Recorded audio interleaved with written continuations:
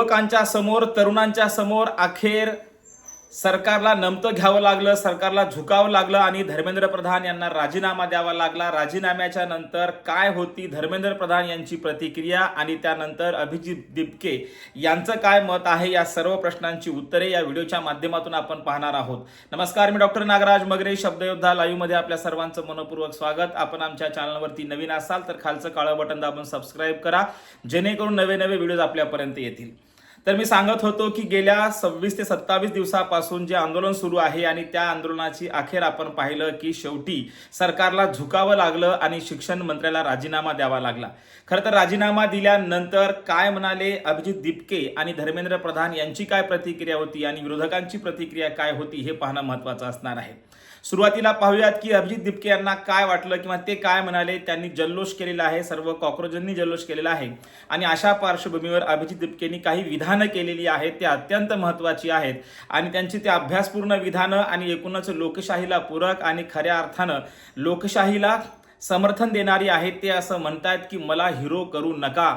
नरेंद्र मोदी यांना त्यांनी हे उत्तर दिलेलं आहे, मला हिरो करू नका, कारण एका व्यक्तीला हिरो केल्यामुळेच या देशाची वाट लागली असं त्यांना म्हणायचं आहे। म्हणून त्यांनी सांगितलं की मला हिरो करू नका। इथला प्रत्येक युवक तरुण जो लढला तो हिरो आहे। एका प्रकरणामुळे, एका राजीनाम्यामुळे मला हिरो करू नका असं त्यांनी म्हटलेलं आहे।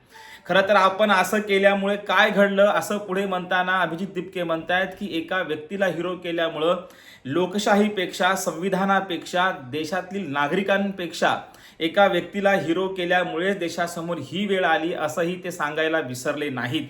पुढे ते असं म्हणतात की लोकशाहीची सकाळ झालेली आहे। धर्मेंद्र प्रधानांचा राजीनामा म्हणजे लोकशाहीची सकाळ आहे। आमच्या अजून काही मागण्या आहेत, त्या मागण्यात मान्य होणं गरजेचं आहे। म्हणून त्यांनी पुन्हा आव्हान केलं की जोपर्यंत आमच्यावरले गुन्हे मागे घेतले जात नाहीत, जोपर्यंत ज्या 21 विद्यार्थ्यांनी खरं तर आत्महत्या केल्या त्यांच्या कुटुंबियांना काही मोबदला मिळत नाही, त्यांना काही मदत मिळत नाही, तोपर्यंत हे आंदोलन चालूच राहणार असं देखील ते सांगायला विसरले नाहीत। ही होती अभिजित दिपके यांची प्रतिक्रिया। आता प्रतिक्रिया पाहूयात की धर्मेंद्र प्रधान यांना काय वाटलं। त्यांनी असं म्हटलेलं आहे धर्मेंद्र प्रधान यांनी की मी राजीनामा देत आहे, याचं कारण असं आहे की युवा शक्तीचा गैरवापर होऊ नये म्हणून मी हा राजीनामा देत आहे। मी गेले अनेक दिवस खूप दुःखी होतो आणि आज मी स्वतःहून प्रधानमंत्र्याकडे मी स्वतःहून हा राजीनामा मी दिलेला आहे। यावरून असं आपल्या लक्षात येतं की एकूणच काय तर धर्मेंद्र प्रधान यांनी दिलेला राजीनामा आणि अभिजित दिपकेंची बोलकी प्रतिक्रिया इथल्या प्रत्येक नागरिकांना लक्षात घेतली पाहिजे। आणि म्हणून डॉक्टर बाबासाहेब आंबेडकर एकदा म्हणाले होते की एखाद्या व्यक्तीला राष्ट्रापेक्षा मोठं समजू नका, ती राष्ट्रापेक्षा मोठी नाही, किंवा व्यक्तिपूजक होऊ नका असं ते म्हणाले होते। एखाद्या व्यक्तीची पूजा करणं किंवा आपलं स्वातंत्र्य त्या व्यक्तीच्या पायावर टाकणं, त्याचा भक्त होणं हे राष्ट्रासाठी घातक असते। ही डॉक्टर बाबासाहेब आंबेडकरांची प्रतिक्रिया खरं तर आज दिसून आली अभिजित दिपके यांच्या रूपानं। दिपके असं म्हणत आहेत की लोकशाहीपेक्षा, संविधानापेक्षा आणि इथल्या जनतेपेक्षा तुम्ही एका व्यक्तीला मोठं केलं, त्याला हिरो केलं, म्हणून अशी वेळ आलेली आहे, मला हिरो करू नका अशी स्पष्ट प्रतिक्रिया खरं तर त्यांनी दिलेली आहे।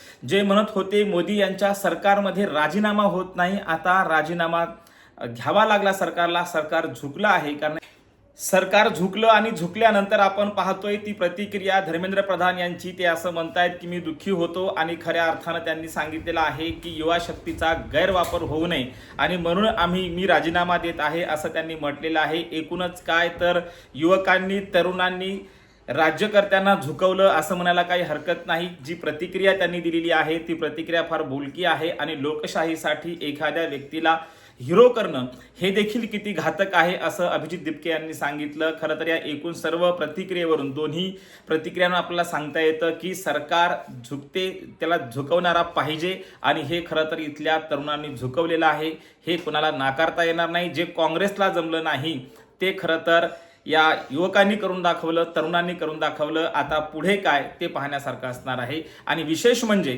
आता आपण पाहतोय की ताज्या बातम्यांमध्ये असं कळून येतंय की देवेंद्र फडणवीस साहेब हे जे आहेत ते आता दिल्लीला निघालेले आहेत। काय घडामोडी घडणार आहेत देवेंद्र फडणवीस यांच्याकडे, खरं तर शिक्षण खातं येते का, केंद्रीय मंत्रिमंडळाचा समावेश होतो का, हे सर्व पाहण्यासारखं असणार आहे। शिवसेनेचे एकनाथजी शिंदे असतील किंवा देवेंद्र फडणवीस असतील, दोन्ही नेत्यांनी अमित शहा यांची भेट घेण्यासाठी दिल्लीसाठी निघालेले आहेत आणि अशा पार्श्वभूमीवर आता नवा शिक्षण मंत्री कोण, महाराष्ट्राला शिक्षण मंत्री पद मिळणार आहे का, हे पाहण्यासारखं असणार आहे. धन्यवाद.